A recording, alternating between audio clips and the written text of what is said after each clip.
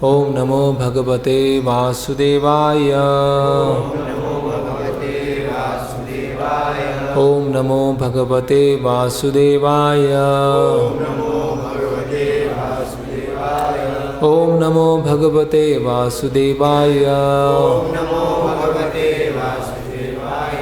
ओम अज्ञानतिमिरन्धस्य ज्ञानञ्जनं शलाकया चक्षुरुन्मिलितं येन तस्मै श्रीगुरुवे नमः। श्रीचैतन्यमनोभीष्टं स्थापितं येन भूतले स्वयं रूपकदा मह्यं ददाति स्वापदान्तिकं।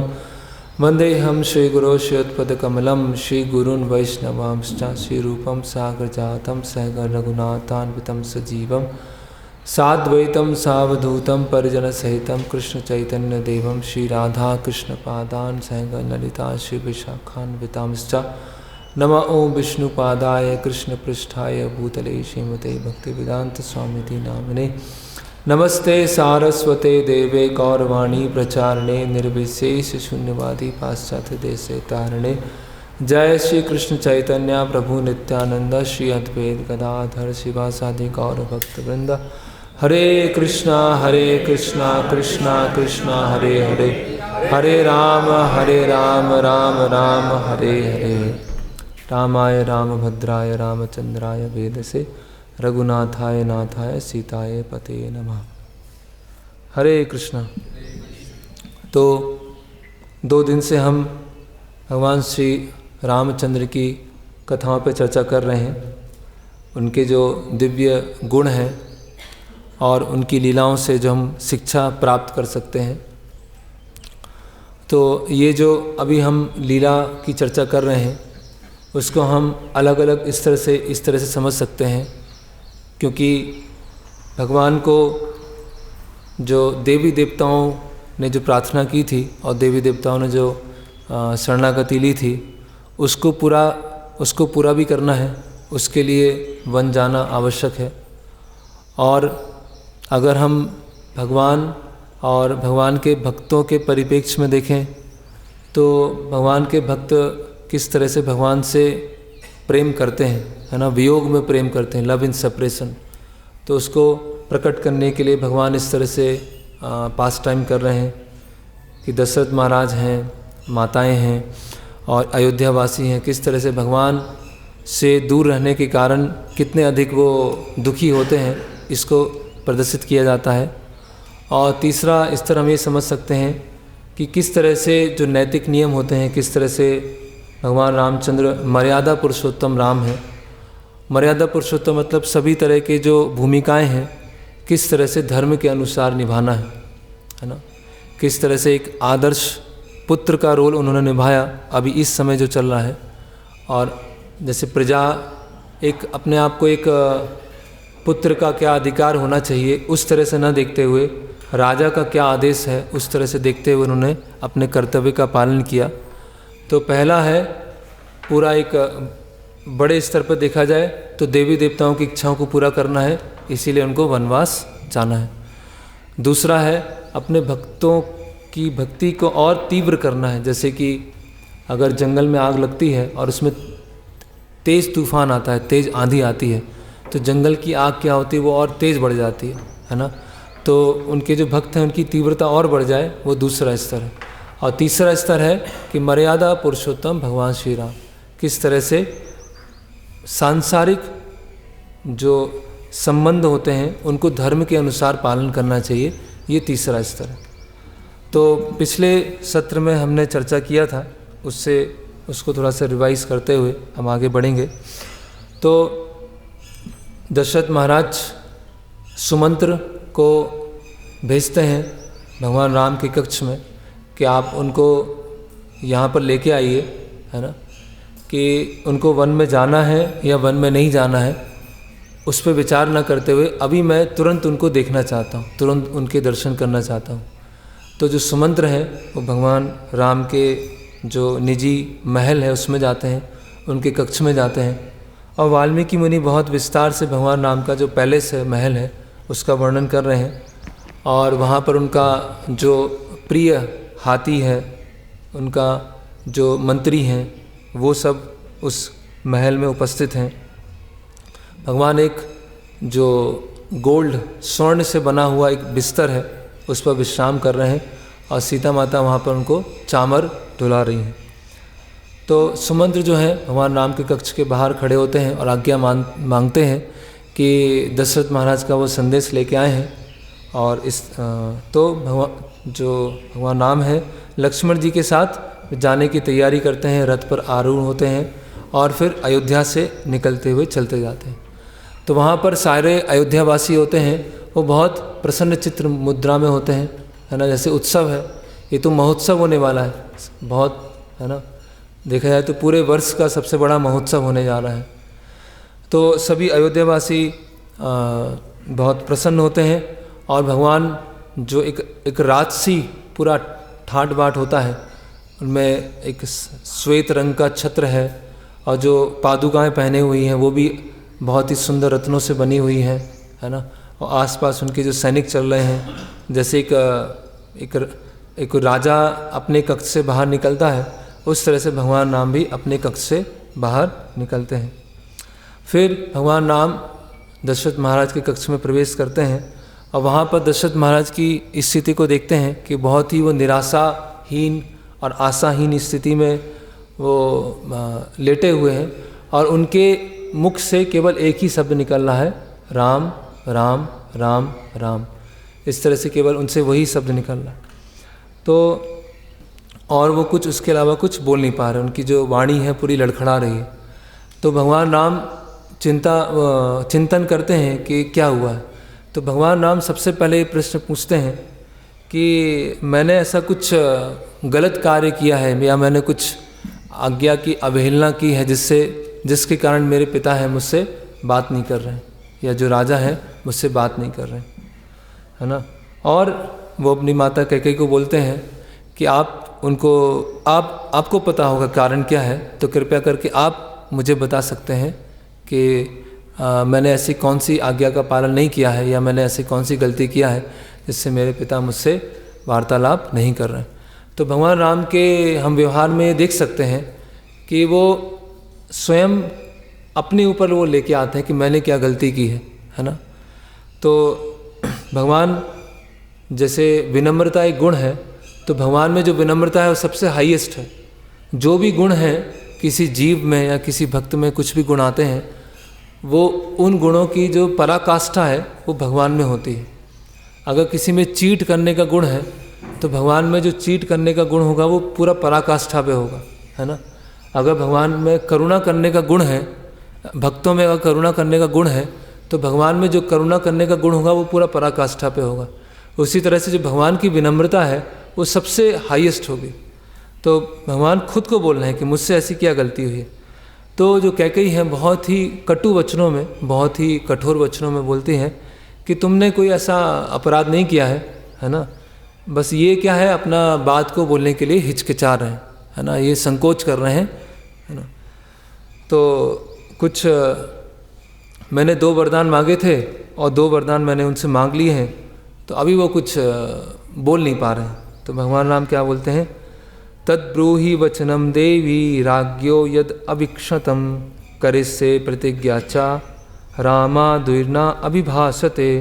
तो बता रहे हैं कि आप जो राजा दशरथ हैं उनके स्थान पे आप बोलिए, अगर आवश्यक होगा तो मैं जलता हुआ जो जहर है उसको पी जाऊंगा, और आवश्यकता पड़ेगी तो मैं अग्नि में कूद जाऊंगा, और अगर समुद्र में डूबना होगा तो उसमें चला जाऊंगा। आप बस मुझे केवल आज्ञा दीजिए, और मैं कोई भी बात 2 बार नहीं बोलता हूँ, एक ही बार बोलता हूँ। मैं आपको ये आश्वासन दे रहा हूँ कि जो भी आप बोलेंगे राजा दशरथ के बिहाफ पर उसको मैं पालन करूँगा।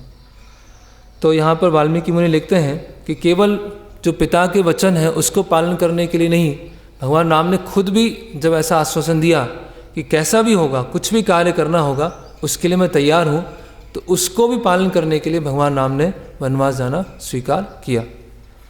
तो जो कैकेयी होती हैं बहुत ही कठोर वचनों में, और जैसे कि कुछ हुआ ही नहीं है ना, जैसे कि वो पूरा उनकी तरफ से कुछ भी गलती नहीं हुई है और ये तो बहुत ही स्वाभाविक चीज़ है, उस तरह से कैकेयी बोलती हैं कि मैंने इनसे 2 वरदान मांगे हैं कि जो भरत हैं वो सिंहासन पर बैठें और तुम 14 वर्ष के लिए वनवास जाओ और वनवासी की ड्रेस में हो, तुम्हारे जो बाल हैं वो है ना गुथे हुए हों, मैटेड हेयर, और तुम जो एक हिरण की जो वस्त्र होते हैं वो पहनो, और जो पेड़ के छाल होता है उसको धारण करो, ये मैंने मांगा है ना। तो जब ये दशरथ महाराज सुनते हैं तो और दुखी हो जाते हैं।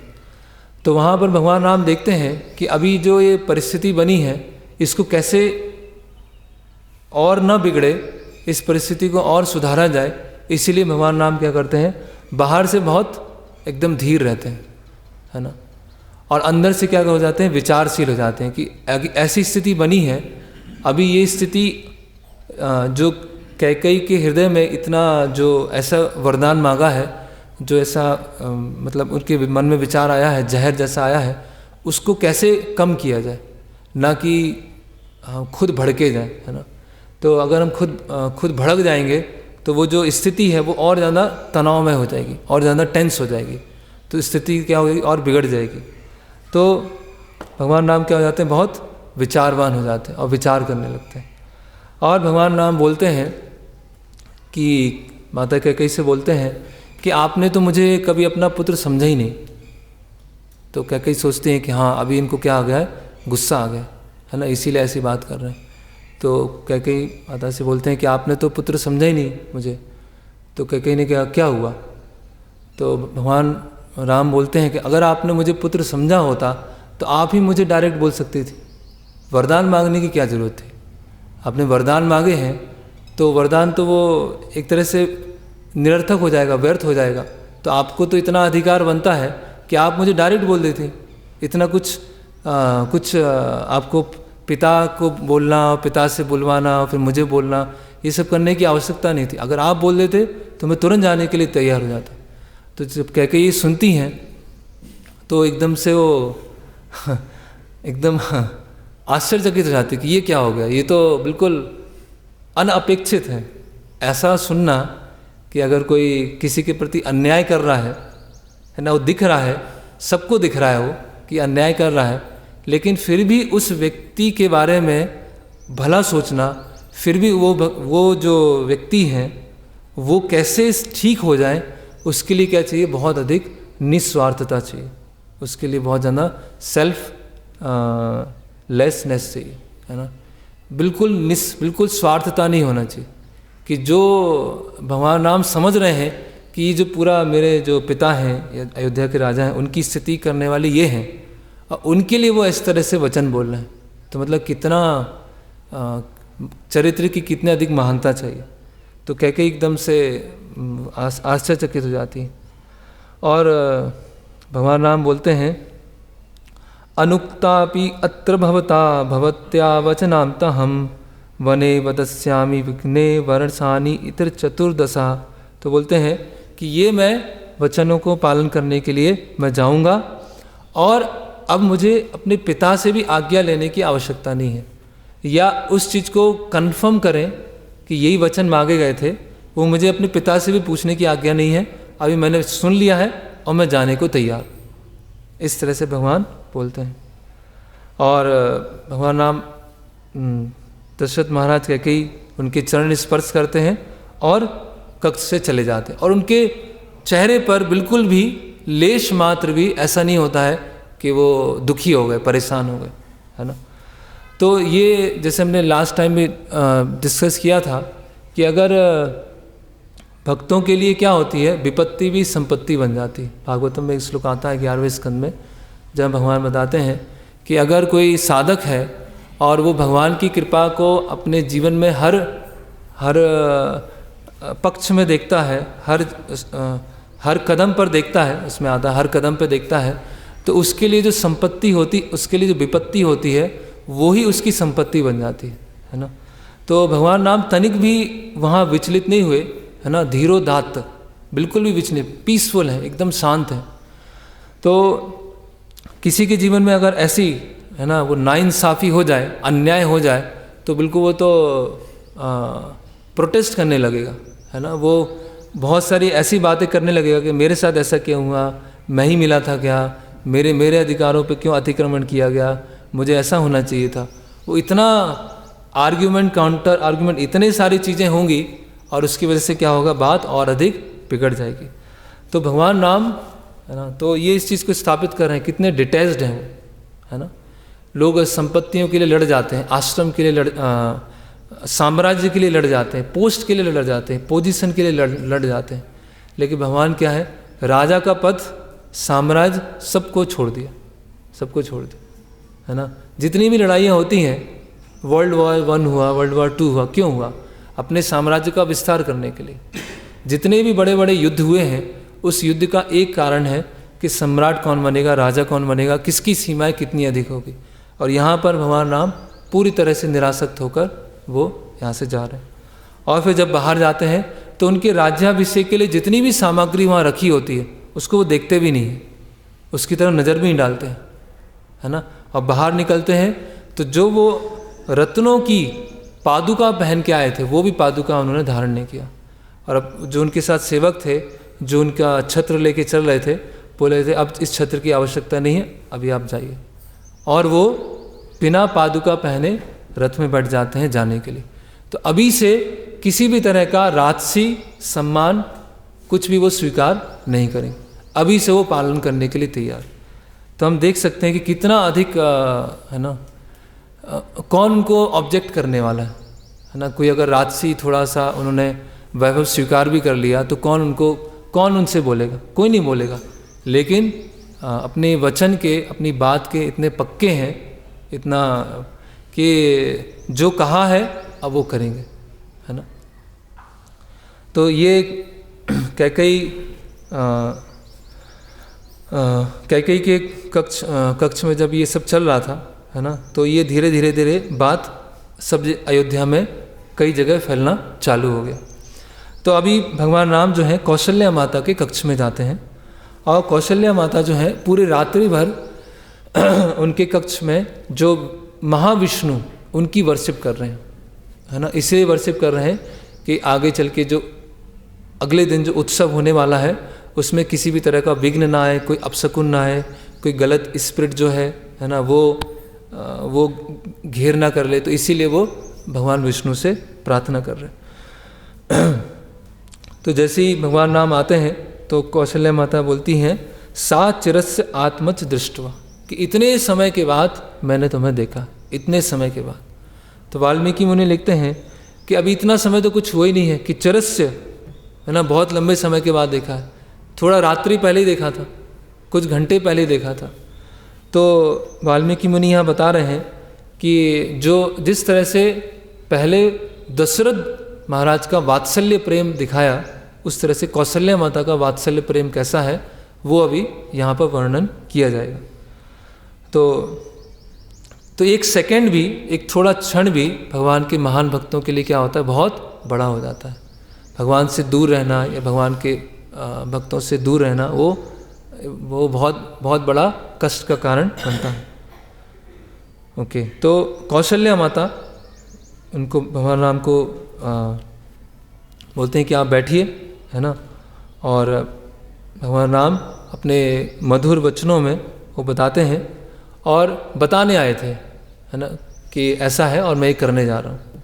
कि जो राजा हैं उन्होंने ये आदेश दिया है कि जो भरत हैं वो राजा बने, मैं जंगल में रहूं, इसीलिए मैं आपसे अंतिम बार अभी मिलने आया हूं और मैं जंगल में रहूंगा। वहाँ जो फल हैं, रूट्स हैं, शहद है, वो ग्रहण करके अपना जीवन बिताऊंगा, और जो मृग छाल है और जो पेड़ के जो छाल होती है उसको धारण करके रहूंगा। तो इस तरह से जब कौशल्या माता पहली बार ऐसे सुनती हैं तो बहुत क्या हो जाती हैं, एकदम अचेतन हो जाती, अनकॉन्शियस हो जाती है ना। जैसे कोई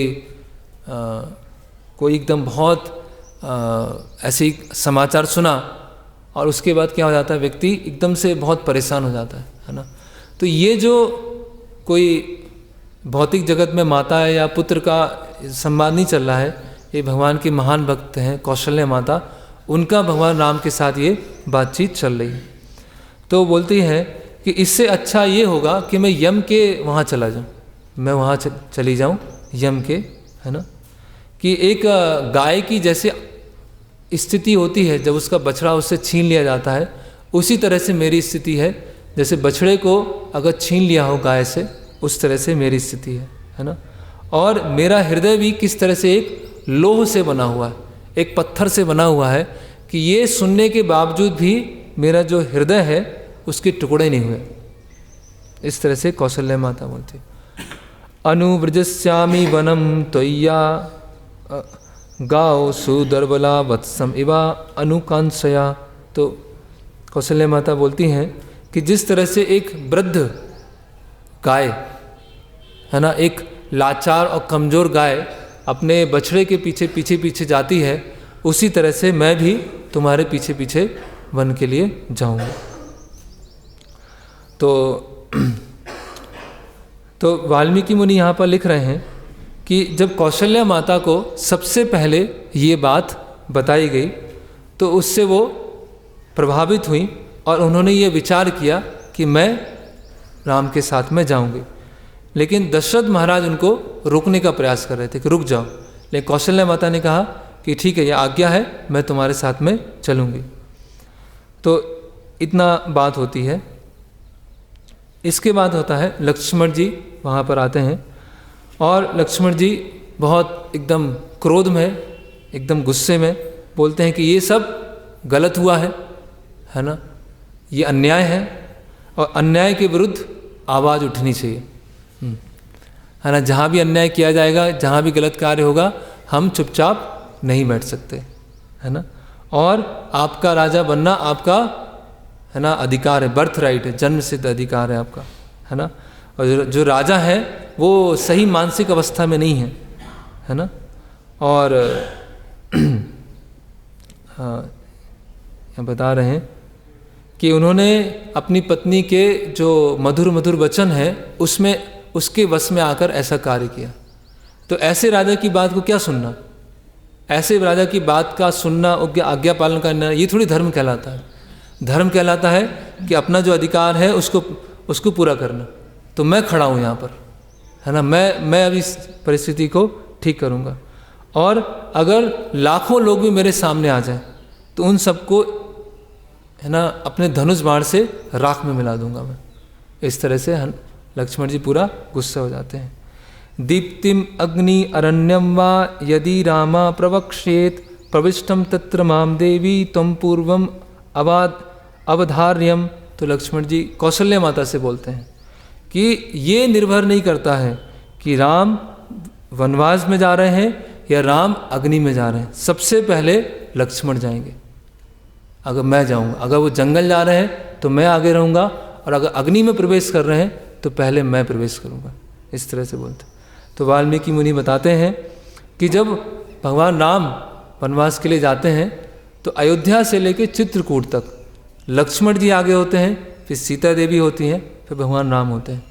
और चित्रकूट से जब आगे जाते हैं तो भगवान राम आगे होते हैं, सीता देवी बीच में होते हैं और लक्ष्मण जी पीछे होते हैं। तो लक्ष्मण जी ये चाहते, लक्ष्मण जी की इच्छा है कि कैसे भी कष्ट आए, कोई भी समस्या आए, भगवान राम कहीं भी जाने वाले हो, आगे मैं खड़ा हूँ, है ना। फिर लक्ष्मण जी बोलते हैं कि मेरे जो धनुष हैं, मेरा जो बाण है ना, और मेरी बाहु है, केवल अलंकार नहीं है मेरे, यह साज सज्जा के समान नहीं है।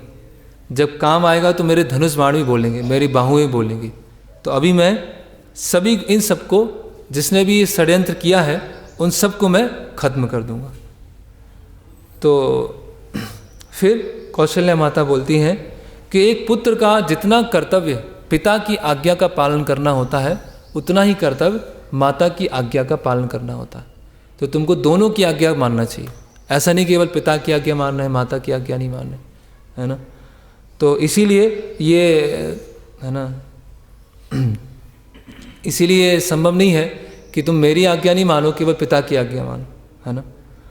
तो कौशल्या माता बोलती हैं त्वद्वियोगेन नामे कार्यम जीवित सुखेन वा त्वया सह मम श्रेया तृणा अपि भक्षणम।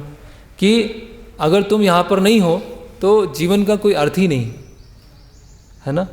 और वन में रहकर घास खाकर, घासों को खाकर जीवित रहना मेरे लिए अधिक श्रेयस्कर है बजाय अयोध्या में रहकर राजसी ठाट बाट में रहना।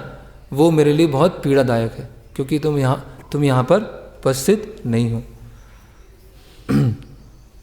तो अभी कौशल्या माता किस तरह से देख रहे हैं कि पिता की आज्ञा का पालन कर रहे हैं, लेकिन भगवान राम कैसे देख रहे हैं कि मैं राजा की आज्ञा का पालन कर रहा हूँ, है ना। तो ये दृष्टिकोण में अंतर है। इसीलिए भगवान राम क्या है, अपने निर्णय पर अटल है, क्योंकि वो केवल पिता की आज्ञा का पालन नहीं कर रहे हैं, एक राजा की आज्ञा का पालन कर रहे हैं। और राजा कौन होते हैं? भगवान के प्रतिनिधि होते हैं। खासकर जो धार्मिक राजा हैं वो भगवान के प्रतिनिधि हैं। इसीलिए तो राजा ने ये आज्ञा दी है, उसको पालन करना मेरा कर्तव्य है। केवल यहाँ पिता की बात नहीं चल रही, या मुख्य है राजा की बात। तो राम बोलते हैं अपनी माता से कि पिता की आज्ञा का पालन करना भी बहुत अति आवश्यक है। जैसे परशुराम है ना, तो परशुराम के पिता ने आज्ञा दिया कि माँ का गला काट दो, तो परशुराम जी ने क्या किया? अपनी माता रेणुका का गला काट दिया। तो फिर जमदग्नि बहुत प्रसन्न हो गए कि तुमने आज्ञा का पालन किया, तो बताओ तुमको क्या चाहिए? तो परशुराम जी बोलते कि मेरी माँ दोबारा जीवित हो जाए। ऐसे ही राजा सगर जो थे, उनके 60,000 पुत्र अपने पिता के लिए उन्होंने अपना बलिदान दे दिया, है ना। इस तरह से भगवान राम समझाते हैं। फिर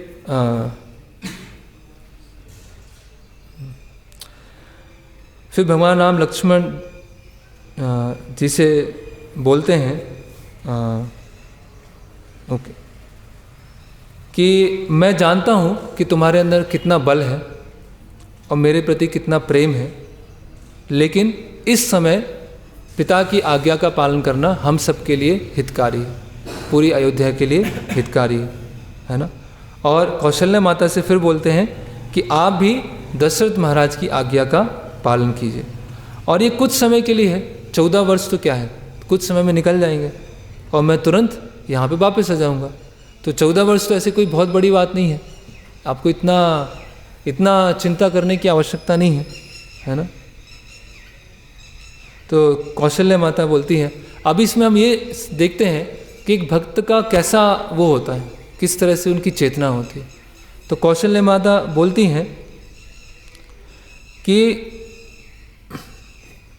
अगर उच्च लोक भी प्राप्त हो जाए, है ना, अगर मुझे अमृत भी प्राप्त हो जाए और उच्च लोक में मुझे सनातन काल के लिए भी रख दिया जाए, फिर भी अगर जहाँ तुम उपस्थित नहीं हो वहाँ वो स्थान रहने योग्य नहीं है। वो अमृत भी क्या हो जाएगा, विष के समान हो जाएगा। वो स्वर्ग भी क्या हो जाएगा, नर्क से भी बदतर हो जाएगा, अगर वहाँ पर तुम उपस्थित नहीं हो। लेकिन फिर भगवान राम बोलते हैं कि आप मेरे अभिप्राय को समझिए। अभी वो ऐसे गूढ़ शब्द उपयोग करते हैं, मम अभिप्राय, आप मेरे अभिप्राय को समझिए, मुझे यहाँ से जाना अति आवश्यक है। तो वाल्मीकि मुनि बोलते हैं, बता रहे हैं यहाँ पर कि भगवान का अभिप्राय बहुत सारे हैं। जो दंडकारण्य के ऋषि मुनि हैं उनको दर्शन देना है, उनसे मिलना है। उनके जो अलग अलग भक्त हैं, वानर हैं, जटायु हैं, सबरी हैं, निषाद गुई हैं, उनके साथ मिलना है और रावण का अंत करना है।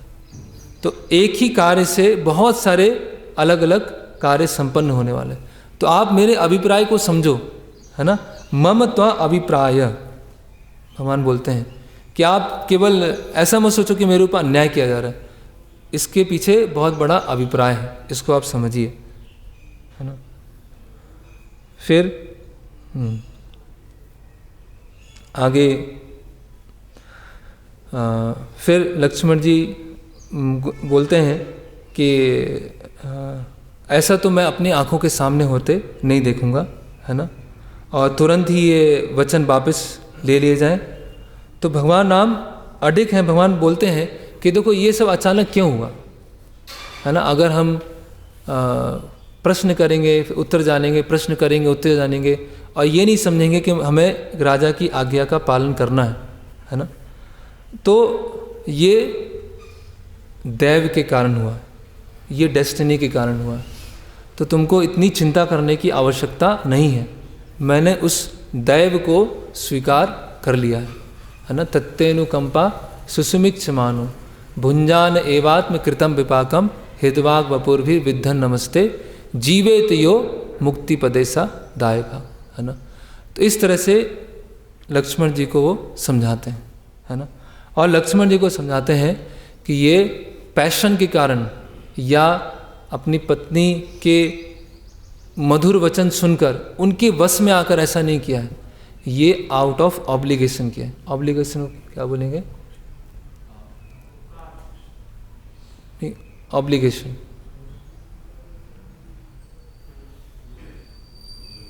कर्तव्य, बाध्यता, है ना, एक, है ना। और ऐसी बाध्यता जो उन्होंने खुद वचन दिया है। तो ऐसा मत सोचो कि उन्होंने पैशन में आकर या लस्ट में आकर या पत्नी के वश में आकर ऐसा कर रहे हैं, वो खुद ऑब्लाइज्ड हैं। तो उनकी व्यवस्था को समझो, है ना। ये विद्रोह करने से नहीं होगा, उनकी क्या व्यवस्था है, उन्होंने किस परिस्थिति में ऐसा बोला है, उस व्यवस्था को समझोगे तब समझ जाओगे क्या चल रहा है ना। तो इस तरह से लक्ष्मण जी का जो क्रोध होता है कुछ समय के लिए शांत होता है ना। फिर लक्ष्मण जी एक स्तर पे शांत होते हैं। फिर माता कौशल्या बोलती हैं कि मैं आपके साथ में अभी चलूँगी। तो भगवान राम क्या बोलते हैं? शुश्रूषम एव कुर्वीता भर्तु प्रिया हिते रता एष धर्मा पुरादिष्टा लोके वेदे श्रुता स्मृता। कि शास्त्रों में बोला गया है कि एक पत्नी के लिए सबसे बड़ा धर्म क्या है? अपने पति का सेवा करना। शास्त्रों में ऐसा बताया गया। तो आपको दशरथ महाराज यहाँ पर कौशल्या माता एक बोल रही थी कि पहले से ही दशरथ महाराज ने मुझे इतना ध्यान नहीं दिया, कैकेयी पर अधिक ध्यान दिया, और तुम ही एकमात्र आशा थे, अभी तुम भी यहाँ से जा रहे हो। तो भगवान उसके वचन में बोलते हैं, यहाँ पर बता रहे हैं कि वास्तव में दशरथ महाराज को अभी आपकी बहुत आवश्यकता है। अगर मैं भी चला गया, आप भी चली गई, सब यहाँ से चले गए, तो दशरथ महाराज इतने अभी दुखी हैं, तो उनको संभालने वाला कौन होगा? उनको संभालने वाला आप ही होंगे। तो आपको यहाँ रुकना है। और शास्त्रों में बताया गया है कि एक पत्नी के लिए सबसे बड़ा धर्म क्या है? अपनी पति की सेवा करना, है ना। शुश्रवा एक कुर्वीता भर्तु प्रिया हिते रता, हिते रता। तो देखिए भगवान राम किस तरह से हर किसी को समझा। लक्ष्मण जी को बता रहे हैं कि उनकी बाध्यता को समझो, कौशल्या माता को समझा रहे हैं कि वो कितने दुखी हैं, आपको उनके साथ रहने की आवश्यकता है ना। अगर किसी के साथ अन्याय होता है तो 5-6 लोगों को अपने साथ में ले लेता है। और देखो हम सब मिलके अन्याय के विरुद्ध अभी बात करेंगे। और वहाँ भगवान राम क्या कर रहे हैं कि सब चीज़ों को देखकर कि इनकी क्या स्थिति है उसको विचार करके वो समझा रहे हैं। तो फिर कौशल्या माता देखती हैं कि अभी भगवान राम तो, है ना। तो इसमें हम देख रहे हैं कि अगर हम दूसरों के दुख के लिए चिंतित होंगे तो हमें अपने दुख खुद नहीं सताएंगे। अगर हम दूसरों के दुख के लिए कंसर्न हैं, दूसरों की समस्याओं के लिए अधिक कंसर्न हैं, तो हमें अपने दुख हैं, हमें अपने दुख इतने बड़े दुख नहीं लगेंगे। और अगर हम अपने दुखों के लिए, अपने सुख दुख के लिए बहुत अधिक चिंतित हैं, तो दूसरों की जो समस्याएं हैं, दूसरों के दुख हैं, उनको कभी हम समझ नहीं पाएंगे। तो भगवान राम अपने सुख दुख के लिए यहाँ कोई कंसर्न नहीं है कि मैं वहाँ पे क्या करूँगा और ऐसा होगा, नहीं। वो ये चिंतित इसके लिए है कि अयोध्या में सब चीज़ें व्यवस्थित सुव्यवस्थित रूप से चलती रहे, है ना। कोई यहाँ पर ऐसे विद्रोह नहीं करे, है ना, कोई ऐसे परेशान ना हो। तो इसके लिए भगवान राम ऐसे कार्य कर रहे हैं। तो इसको बोलते पर दुख दुखी, ऐसा करुणा रूपी जो हृदय है वो विकसित करना। हर व्यक्ति क्या होता है, अपने बारे में सोचता है, मेरे लिए ऐसा नहीं हुआ, मुझे ये नहीं मिला, मुझे ये नहीं, उसने मुझे ऐसा बोला, ये परिस्थिति ने मुझे ऐसा किया। हर बार हम अपने बारे में सोचते रहते हैं। और जब अपने बारे में सोचते हैं, आई, मी और माइन, है ना, अपने बारे में हम सोचते रहते हैं, तो हमारी जो दृष्टि होती है वो बहुत संकुचित हो जाती है। हम बहुत छोटा देख पाते हैं, हम बड़ी पिक्चर देख ही नहीं पाते हैं, बड़ा दृष्टिकोण हम देख ही नहीं पाते हैं। केवल अपने एक छोटे से दृष्टिकोण में रह के फंस जाते हैं कि देखो मेरे साथ ये हुआ, मेरे साथ ये अन्याय हुआ, मेरे साथ ये नहीं होना चाहिए था, मेरे साथ वो नहीं होना चाहिए था। बस ये सोचते सोचते सोचते सोचते क्या हो जाते हैं, संकुचित चेतना में चले आते हैं। तो भगवान नाम क्या है, कितने धीरता से वो कार्य कर रहे हैं, और सबको वो बिल्कुल ऐसा नहीं कि केवल अपनी बातों से कन्विंस करने का प्रयास कर रहे हैं, वो वास्तव में किनका क्या कर्तव्य है वो समझा रहे हैं, वो कर्तव्य बोध करा रहे हैं, है ना। फिर कौशल्या माता बोलती हैं कि मैं तुम्हें आशीर्वाद देती हूँ कि 14 वर्ष अच्छे से जाएं, और आचमन करते हैं, देवताओं से प्रार्थना करते हैं, और देवताओं से उनसे सुरक्षा की प्रार्थना करते हैं कि आप मेरे जो पुत्र हैं उनकी रक्षा कीजिएगा। और बहुत बड़े दान करते हैं, घी है, शहद है, दही है ना, स्वर्ण है, रत्न है, सबको वो दान करते हैं, है ना। फिर और राम के ऊपर जो चंदन है, उनके चेहरे पर, उनके माथे के ऊपर चंदन लगाते हैं, और विशेष औषधि है उनके बाहु में बांध देते हैं सुरक्षा के लिए, और मंत्रों का उच्चारण करते हैं कि किसी भी तरह का कोई गलत स्पिरिट या कुछ भी चीज़ परेशान न करे, है ना। ऐसे तो उस तरह से कौशल्या माता उनको तैयार करके रवाना करने के लिए तैयार हो जाते हैं। फिर अभी आती है सीता देवी की। तो अभी भगवान राम क्या होते हैं, सीता देवी के पास में जाते हैं। तो सीता देवी को अभी तक कुछ पता नहीं था, तो वो तो रात्रि में वशिष्ठ मुनि की आज्ञा से वो व्रत कर रहे थे, फास्टिंग कर रहे थे कि अगले दिन ये इस तरह से समारोह होगा, है ना। तो सीता देवी के सामने जैसे ही भगवान राम पहुँचते हैं, तो सीता देवी तुरंत समझ जाती है कि कुछ ना कुछ घटना हुई है, क्योंकि जब उनका जो रॉयल ड्रेस था वो नहीं था, छत्र नहीं था, जो रॉयल पादुका हैं वो नहीं थी, तो सीता देवी तुरंत समझ जाती हैं कि कुछ ना कुछ ऐसी घटना घटित हुई है। तो राम जो है बिना कोई भूमिका बनाए तुरंत बता देते हैं कि मुझे ये पालन करना है, मुझे जंगल जाना है, और भरत जो है यहाँ पे राजा बनेंगे, है ना। और बोलते हैं कि तुम यहाँ पर रहो और तुम्हारा कैसा व्यवहार होना चाहिए वो अभी सुनो, है ना। तो बोलते हैं कि कभी मेरी बड़ाई मत करना, जब बहुत सारे लोग बैठे हों तो उन सबके बीच मेरी कभी बड़ाई मत करना, और विशेषकर जो भरत हैं और कैकेयी के सामने तो मेरी बड़ाई मत करना, नहीं तो जो द्वेष है वो और ज़्यादा बढ़ जाएगा, है ना। और व्रत रखना, तपस्या करना, है ना। जो भरत है और शत्रुघ्न है उनको अपने पुत्र के समान देखना, और अपने जो दशरथ महाराज हैं और अन्य माता हैं उनकी सेवा करना। इस तरह से भगवान राम सीता माता को आदेश देते हैं। तो अभी वाल्मीकि मुनि यहाँ लिख रहे हैं कि कौशल्या माता और लक्ष्मण जी ने रोकने का प्रयास किया, है ना। कौशल्या माता ने भी रोकने का प्रयास किया, लक्ष्मण जी ने भी रोकने का प्रयास किया, लेकिन सीता देवी ने रोकने का प्रयास नहीं किया। उन्होंने कहा कि मैं आपके साथ ही चलूँ, ज़्यादा कुछ आर्ग्यूमेंट, तर्क वितर्क नहीं, जो भी है अभी मैं भी आपके साथ में चलूँ।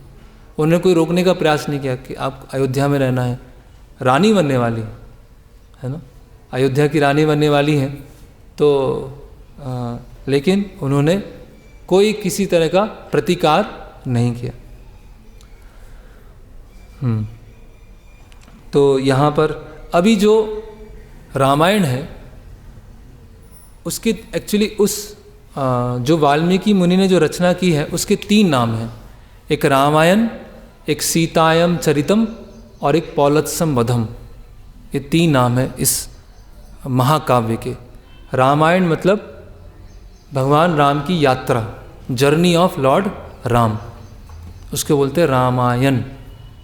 दूसरा है सीतायम चरितम, कि सीता देवी का कितना महान चरित्र है उसको उजागर करने के लिए ये महाकाव्य लिखा गया। और तीसरा है पौलत्सम वधम, जो पुलत्स ऋषि के वंशज हैं उनका जो वध किया गया उसके लिए वो रामायण लिखा गया। तो वाल्मीकि मुनि ने रामायण की रचना करने के बाद महाकाव्य की रचना करने के बाद सबसे पहले लव और कुश को ये रामायण सिखाई थी, है ना।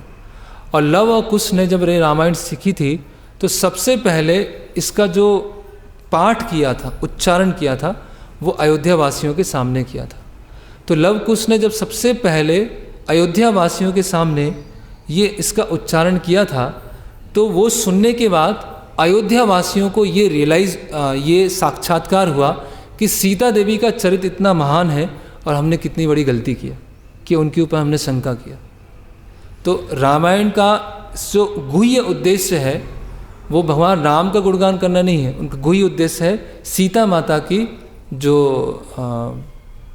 पवित्रता उसको स्थापित करना है। और ये वाल्मीकि मुनि ने लवकुश के माध्यम से किया था।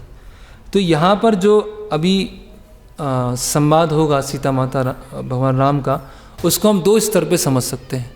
तो सीता माता जो है भगवान राम की अंतरंगा शक्ति है ना, और नित्य संगनी है, उस स्तर पे समझ सकते हैं। और सीता देवी जो है एक भक्त का, एक साधक का प्रतिनिधित्व कर रही है कि एक साधक को भगवान के प्रति या अपने गुरु के प्रति किस तरह की निष्ठा होनी चाहिए, वो उसको ही बता रहे हैं।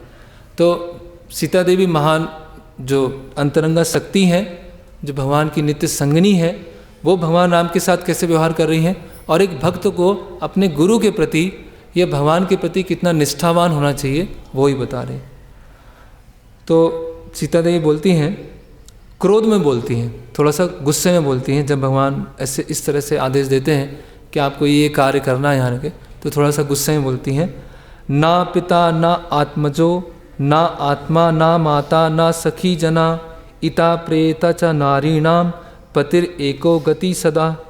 तो बता रहे हैं कि सभी तरह के और दूसरे कर्तव्य, है ना, कि पिता हैं, माता हैं, भाई हैं, पुत्र हैं, है ना, वो सारे कर्तव्य क्यों हैं? इहा प्रेत चा नारीणाम पतिर एको गति सदा, कि जो पति से संबंधित है इसीलिए वो सारे कर्तव्य हैं। अगर पति है तो वो सारे कर्तव्य हैं, अगर पति नहीं है तो वो सारे कर्तव्य नहीं है। इसीलिए मैं आपके साथ में चाहूँगा। और वाल्मीकि मुनि बता रहे हैं, यदि तुम प्रतिष्ठा दुर्गम वनम अद्य एवा राघवा आगृत गमिष्यामि मृददंती कुशा कंतकान, कि आप जहाँ जहाँ जाएंगे वन में, वो आगे आगे मैं साथ में चलूँगी, जहाँ जहाँ आप जाएंगे वहाँ वहाँ साथ में चलो। तो फिर से यहाँ वाल्मीकि मुनि बता रहे हैं कि भगवान राम जब अयोध्या से चित्रकूट जाते हैं तो सबसे आगे होते हैं लक्ष्मण जी, फिर होते हैं सीता देवी, और पीछे होते हैं भगवान राम।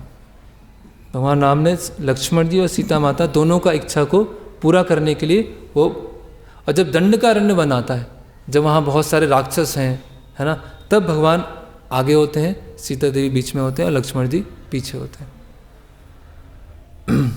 फिर सीता माता बता रही हैं कि अगर राम यहाँ पर नहीं है, है ना,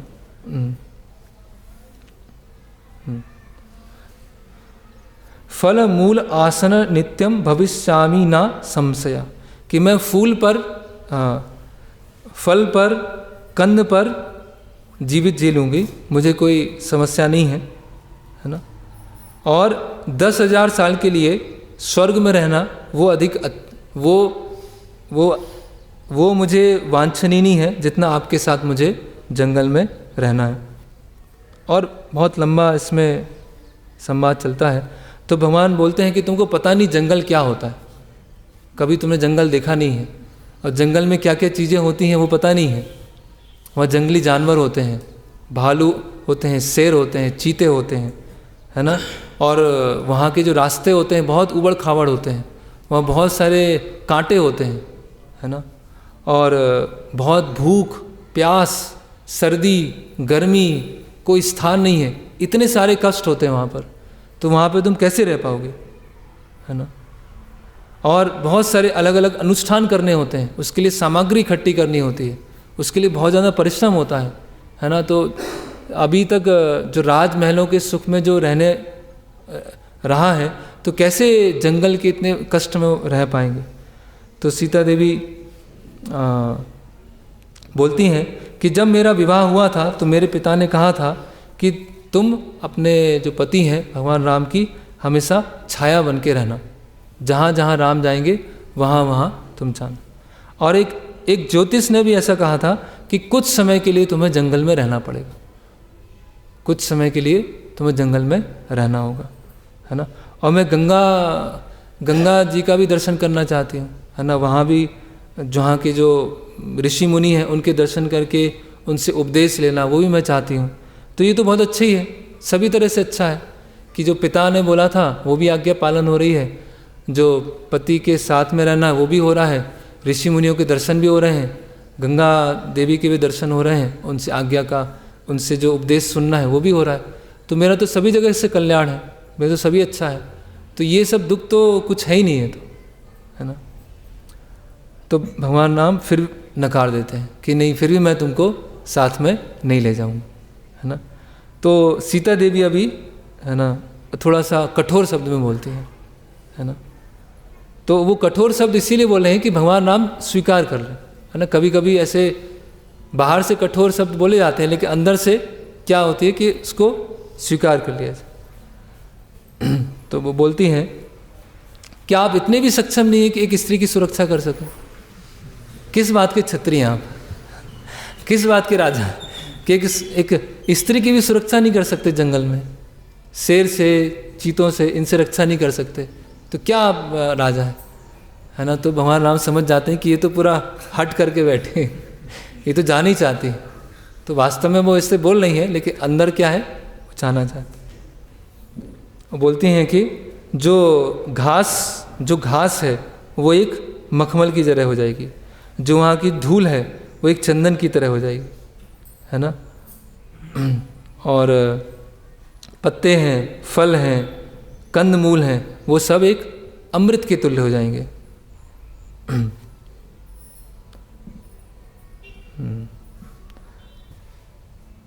ओके, तो फिर भगवान राम जो होते हैं ले जाने के लिए तैयार हो जाते हैं, है ना।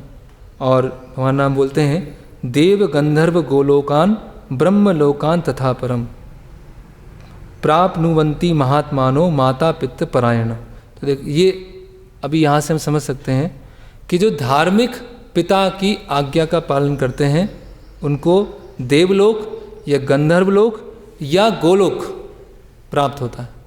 वाल्मीकि रामायण में गोलोक का वर्णन आया कि जो धार्मिक पिता की आज्ञा का पालन करते हैं वो देवलोक, गंधर्वलोक और गोलोक चाहते हैं, है ना। तो जो भगवान राम हैं अभी वो स्वीकार कर लेते हैं और बोलते हैं कि अभी आप तैयारी कीजिए और हम जाने के लिए तैयार। तो सीता देवी अपने जितने भी आभूषण होते हैं, जितनी भी अमूल्य चीज़ें होती हैं, सब ब्राह्मणों के बीच में वितरित कर देती हैं कि अभी उनकी आवश्यकता नहीं है, तो ब्राह्मणों को दे देती हैं। तो लक्ष्मण जी वहाँ पर खड़े होते हैं और लक्ष्मण जी भी इस संवाद को सुन रहे होते हैं, है ना। और वो भी बोलते हैं कि अब मुझे आप कहाँ छोड़ के जा रहे हो, है ना। द्वितीय अंतरात्मा, हमारा नाम ने खुद बोला है द्वितीय अंतरात्मा, कि ये सेकंड सोल है मेरी, है ना। तो आप दूसरी आत्मा को कैसे छोड़ के जा सकते हैं। तो राम बोलते हैं कि तुम यहीं पर रहो और कौशल्या माता और सुमित्रा माता का देखभाल करो, और कैकेयी जो है वो तो ध्यान नहीं रखने वाली, है ना, इसीलिए तुम्हें यहाँ पर रहना चाहिए। तो लक्ष्मण जी बोलते हैं कि जो कौशल्या माता है वो 1000 गाँव को भी पाल सकती है ना, 1000 गाँव का भी ध्यान रख सकती है, उनके लिए समस्या नहीं है ना। आग्रता ते गमिष्यामि पंथा नाम अनुदर्शन, है ना, कि मैं तो आपके साथ ही चलूँगा, है ना, ये मैंने निश्चित कर लिया है, और मैं आपकी वहाँ तुच्छ से तुच्छ सेवक करूँगा, लकड़ी लेके आया करूँगा, पत्ते लेके आया करूँगा, कुटिया बनाया करूँगा, जल लेके आया करूँगा, जो भी तुच्छ से तुच्छ सेवा होगी वो करने के लिए मैं तैयार हूँ। तो भगवान राम जब देखते हैं कि उनका डिटर्मिनेशन बहुत अधिक है तो वो स्वीकार कर लेते हैं। अभी देखिए अब क्या होता है कि भगवान राम लक्ष्मण जी से बोलते हैं कि जो भी संपत्ति मुझे मिलने वाली थी, जो मुझे दी गई थी, उपहार दिए गए थे, अभी सारे ब्राह्मणों को बुलाओ और सबको मैं वितरित करूँगा, जो भी मेरी संपत्ति है, जो भी मेरे पास में है, सब मैं देके जाऊँगा। तो वाल्मीकि मुनि एक भगवान राम एक ब्राह्मण से मजाक करते हैं वहाँ पर, उसको यहाँ पर लिख रहे हैं। उस ब्राह्मण का नाम होता है त्रिजत। तो भगवान बोलते हैं कि तुम्हारे पास जो छड़ी है उसको जितना दूर फेंकोगे और जहाँ पे वो छड़ी गिरेगी उसके अंदर जितनी भी गाय होंगी वो सब तुम्हारी हो जाएंगी, तो तुम फेंको अपना पूरा बल लगा के। तो वो त्रिजत नाम का ब्राह्मण होता है, इतना ज़ोर से फेंकता है कि सरयू के पार वो गिरता है, और भगवान बोलते हैं कि सारी गाय तुम्हारी अभी। तो वाल्मीकि मुनि बता रहे हैं कि भगवान जब ऐसा कर रहे हैं, अपना धन दे रहे हैं, वनवास जा रहे हैं, तो बहुत ही हैप्पी मूड में है, बहुत प्रसन्नचित्त मूड में है, कि एक ब्राह्मण से ही मजाक कर रहे हैं कि तुमको जितना चाहिए ले लो और जहाँ तक छड़ी जाएगी वो तुम्हारी गाय। तो ऐसा वो नहीं है कि बाहर से तो प्रसन्न है, अंदर से अंदर से है ना कुंठित है ना। कभी कभी ऐसा होता है, कुछ कार्य करना होता है, कार्य किया जाता है तो बाहर से तो हंसते हैं, अंदर से अंदर वो जलते ही रहते हैं यार, कुंठा रहती है हमेशा, या ज़बरदस्ती हो रहा है, ज़बरदस्ती करना पड़ रहा है। भगवान राम बहुत अंदर मतलब मजाक कर रहे हैं, सब वहाँ पर बहुत दुखी हैं, और भगवान राम पूरे अपने, इसीलिए वाल्मीकि मुनि ने एक इसको यहाँ पर इस चीज़ को रखा है। ओके, तो अब भगवान राम, सीता माता और लक्ष्मण जी तीनों तैयार होकर अपने महल से निकलते हैं और अंतिम बार महाराज दशरथ के को मिलने के लिए, उनसे आशीर्वाद लेके निकलने के लिए तैयार होते हैं। तो ये जो बात है पूरे अयोध्या में फैल जाती है ना। और अयोध्यावासी जो हैं जब देखते हैं कि किसी भी तरह का राजसी कुछ नहीं है, कोई छत्र नहीं है, कोई पादुका नहीं है, कोई रथ नहीं है, कोई वस्त्र नहीं है ना, तो जो अयोध्यावासी हैं बोलते हैं कि अभी हमें ऐसी अयोध्या का कुछ लेना देना नहीं है। जहाँ भगवान राम जाएंगे वही हमारी अयोध्या है, जहाँ सीता माता जाएंगे वही हमारी अयोध्या है, हम भी अभी साथ में चलेंगे। और हमें अपने घर से, अपनी संपत्ति से कोई सरोकार नहीं है, कोई लेना देना नहीं है, हम भी अभी पीछे पीछे वहाँ पर चलेंगे। तो भगवान राम जब ऐसा देखते हैं तो वो भी अपने भक्तों से प्रसन्न होते हैं, और समुद्र के पास, समुद्र के साथ में दशरथ महाराज के महल में पहुँच जाते हैं। तो भगवान बाहर खड़े होते हैं, सुमंत्र को बोलते हैं कि आप जो महाराज दशरथ हैं उनको बताइए कि मैं अभी आया हूँ और फिर निकलने के लिए तैयार हूँ। तो सुमंत्र वहाँ जाते हैं, और दशरथ महाराज जो बहुत है ना एकदम टूट चुके थे, उनके पास बोलते हैं कि जो राम है वो बाहर खड़े हैं, आपकी आज्ञा चाहते हैं और वो आपसे आपके दर्शन करना चाहते हैं। तो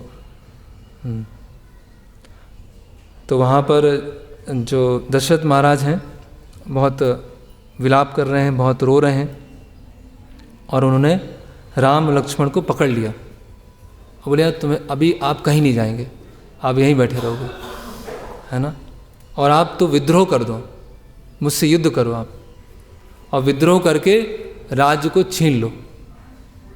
क्षत्रियों का तो ये होता है ना, तो विद्रोह करो, है ना।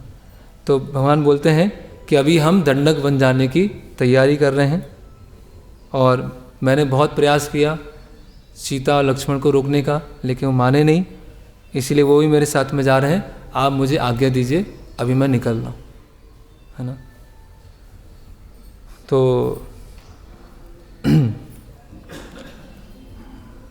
तो दशरथ महाराज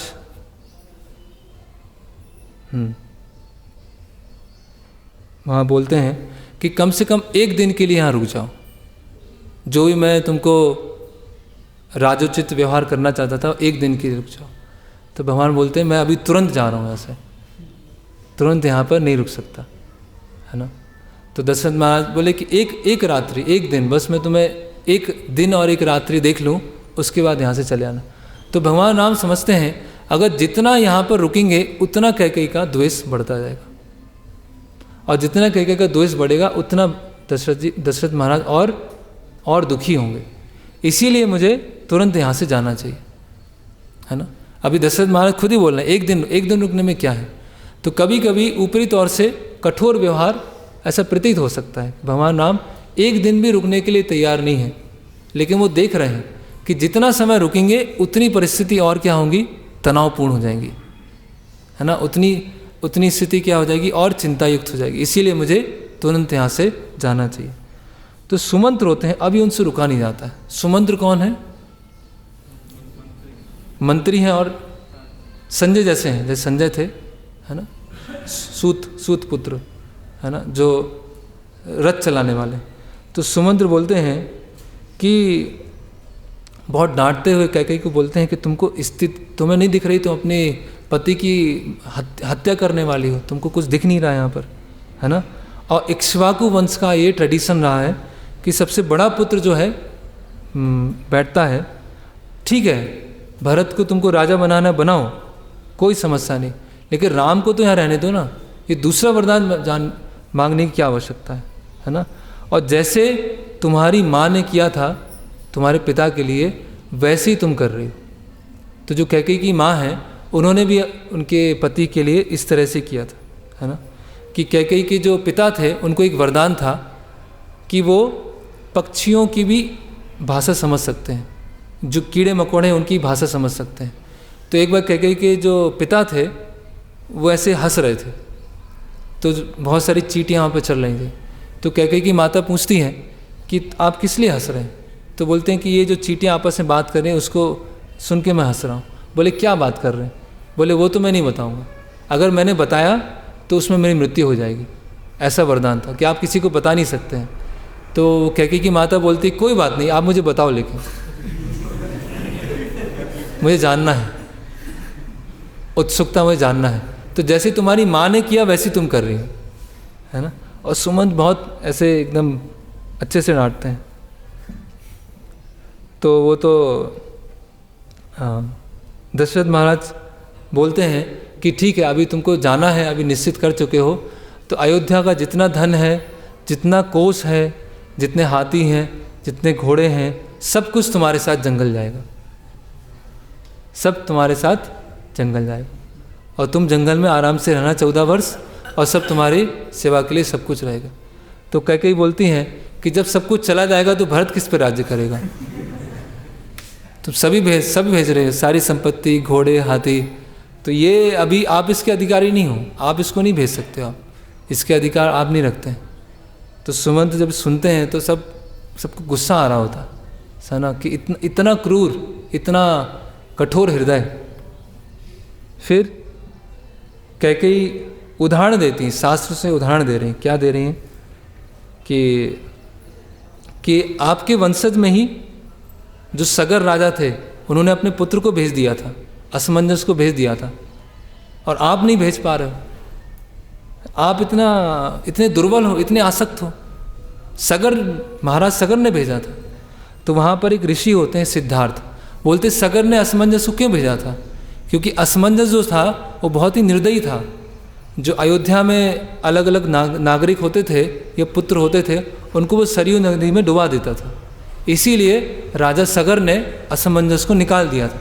तो राम ने ऐसा कौन सा अपराध किया, ऐसी कौन सी निर्दयता दिखाई है ना। जैसे कोई कभी कभी होता है कि किसी भक्त के कोई रिलेटिव होते हैं तो बोलते तुम तो भगवत गीता, आप लोग भगवत गीता सुनते हैं, मंदिर में प्रवचन सुनते हैं, तो सहनशील होना चाहिए।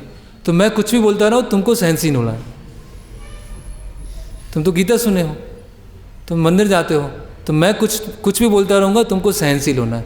मतलब इसको बोलते हैं फिलॉसफी को, है ना। मैं कुछ भी बोलूँ, तुमको विनम्र ही रहना है।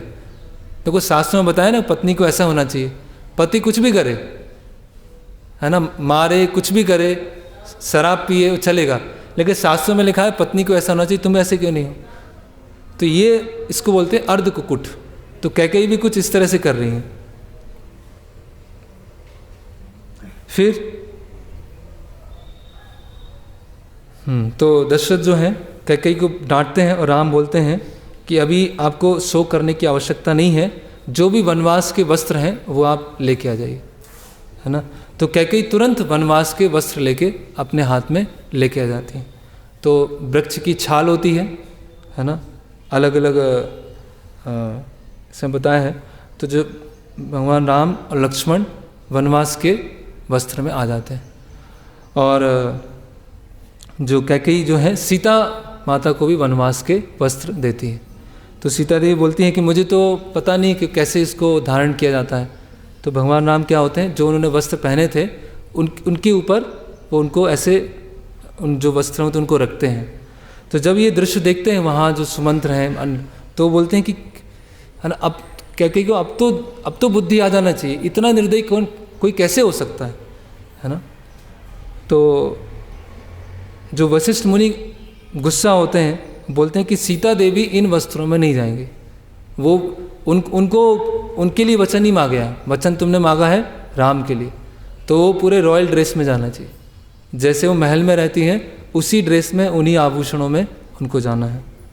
तो जैसे कि हम देखते हैं साधारणतः जो पिक्चर होती है या सीरियल है, उसमें सीता देवी को कैसे दिखाया है, वनवास के वस्त्र में दिखाया है, लेकिन ये गलत है, सही नहीं है।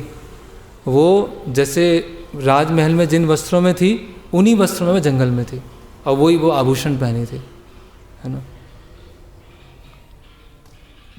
तो वशिष्ठ मुनि बोलते हैं कि इनको आप वनवास के वस्त्र नहीं देंगे, उनको आप इस तरह से जो भी रॉयल ड्रेस है वही देंगे। फिर ओके, हम थोड़ा फास्ट कर लेते हैं। तो वहाँ पर माता सुमित्रा होती हैं, वो बहुत अच्छा एक श्लोक बोलते हैं, रामम दशरम विद्धि माम विद्धि जनकात्मजा अयोध्यम अतवीम विद्धि गच्छतात यथा सुख, है ना। तो सुमित्रा माता वहाँ बोलती हैं कि आज से जो राम है वो तुम्हारे लिए पिता के समान, दशरथ महाराज, है ना, और सीता देवी है तुम्हारे लिए माँ है, और जहाँ पे तुम रहोगे वही तुम्हारी अयोध्या है, तुम यहाँ से जाओ। तो वाल्मीकि मुनि यहाँ बता रहे हैं कि सुमित्रा माता जो है आदर्श माँ के रोल निभा रही है ना, कि उनका जो पुत्र है उनसे दूर जा रहा है, भगवान राम की सेवा करने जा रहा है, और ऐसी कठिन परिस्थिति में रहने वाला है। तो सुमित्रा माती बिल्कुल एकदम प्रसन्नचित्त होकर उनको वहाँ भेज देती है।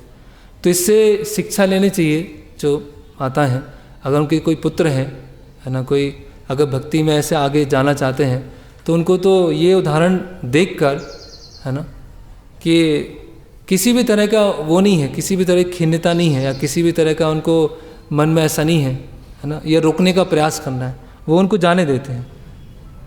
और वाल्मीकि मुनि बता रहे हैं कि ये एक आदर्श माँ का लक्षण है कि उनको एक तुरंत जो सुख दुख मिलने वाला है उसकी परवाह न करके उनके पुत्र के लिए जो वास्तव में लाभकारी है कि सीता राम उनकी सेवा करना, उसके लिए जाने से वो उनको वो आज्ञा देते हैं, है ना। और इस तरह से इसको थोड़ा फिर कौशल्या माता सीता देवी को बताती हैं स्त्री धर्म के बारे में। सीता देवी बताती हैं कि हाँ मेरी माँ ने भी मुझे बताया था, ऐसे चलता है। और बस थोड़ा लास्ट कर लेते हैं। इसके बाद वो रथ पर चढ़ते हैं, तो सीता देवी पहले रथ पे जाती हैं, फिर लक्ष्मण जी जाते हैं, फिर भगवान राम जाते हैं, और रथ चलना चालू हो जाता है। तो दशरथ महाराज जो हैं वो ऐसे जोर जोर से बोलते हैं कि रथ को रोको, रथ को रोको। तो भगवान बोलते हैं सुमंत्र को कि रथ को चलने दो, और जब तुम लौट के आओ और दशरथ महाराज बोलें कि रथ क्यों नहीं रोका, तो बोल देना कि मुझे सुनाई नहीं दिया, मैंने सुना नहीं, इसीलिए मैंने रोका नहीं। तो वाल्मीकि मुनि बता रहे हैं कि जो भगवान है ना हमेशा सत्य बोलते हैं, सुमंत्र को ऐसा बोलना है कि बोल देना कि मुझे सुनाई नहीं दिया। क्यों बोलना है ऐसा? देखिए ये जो पूरे जो लीला है उसका जो ये सेंट्रल पॉइंट है, रक्षिता जीवलोकस्य धर्मस्य परिरक्षिता। अपने भक्तों के धर्म की रक्षा करने के लिए भगवान ऐसा कार्य करते हैं। तो दशरथ महाराज का राजा होने के नाते धर्म क्या है कि वचनों को पालन करना, और पिता होने के नाते क्या है, राम को वापस लेके आना। तो बड़ा धर्म क्या है, राजा का धर्म, और छोटा धर्म क्या है, पिता का धर्म। तो भगवान राम दशरथ महाराज को उनका राजा का धर्म पालन करने में कैसे सहयोगी बने, इसके लिए भगवान राम ने बोला कि रथ को ले चलो, रोकने की जरूरत नहीं है। और पूरे पास जो ये पूरी लीला है उसमें हम यही समझ रहे हैं कि भगवान राम दशरथ महाराज को राज धर्म पालन करने में कैसे सहायता करें, इसके लिए वो इतना जल्दी करके वहाँ से निकल जाते हैं। लेकिन अन्य सभी वो जो अफेक्शन है, आसक्ति है, उसकी वजह से वो व्यवहार कर रहे हैं। तो फिर आगे क्या होता है और कैसे वो चित्रकूट पहुँचते हैं, वो भी बहुत अच्छा, बहुत ही शिक्षाप्रद है। तो उसको कभी हम बाद में चर्चा करेंगे। और इससे हम ऐसे कई शिक्षाएं लेते हैं कि कैसे भगवान राम अन्य जो भक्त हैं उनके दुख के लिए चिंतित हैं, और अन्यों के दुख के लिए चिंतित होने से हमारे स्वयं के जो दुख होते हैं वो बहुत क्या हो जाते हैं, तुच्छ हो जाते हैं, बहुत ही इनसिग्निफिकेंट हो जाते हैं। और यही चैतन्य महाप्रभु ने बताया है, करुणा अवतार है ना, कि अन्य कैसे भगवान से दूर हैं उनको भगवान के पास लाया जाए, और कैसे जो वास्तविक रूप से लोग दुखी हैं, लोगों को ये नहीं पता कि उनका वास्तव में दुख किसमें, दुख इसमें है कि भगवान से दूर हैं। तो उस दुख को दूर करने के लिए चैतन्य महाप्रभु के अनुयायी हैं, वो स्वयं कष्ट लेते हैं, स्वयं दुख लेते हैं। और आगे वाल्मीकि मुनि बताते हैं कि भगवान राम ने स्वयं अपने अलग अलग भक्तों से मिलने के लिए कांटों पे चले, है ना, पर्वतों पे चले, चट्टानों पे चले, मिट्टी में चले, और कैसे कैसे स्थान में रहे, केवल अपने भक्तों के दुखों को दूर करने के लिए। तो यहाँ पे हम विराम लेते हैं। हरे कृष्णा। कोई प्रश्न है कुछ? क्या सा?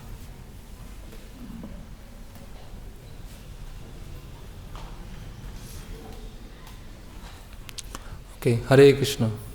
शिल प्रभुपाद की जय। वाल्मीकि रामायण की जय। भगवान श्री रामचंद्र की जय।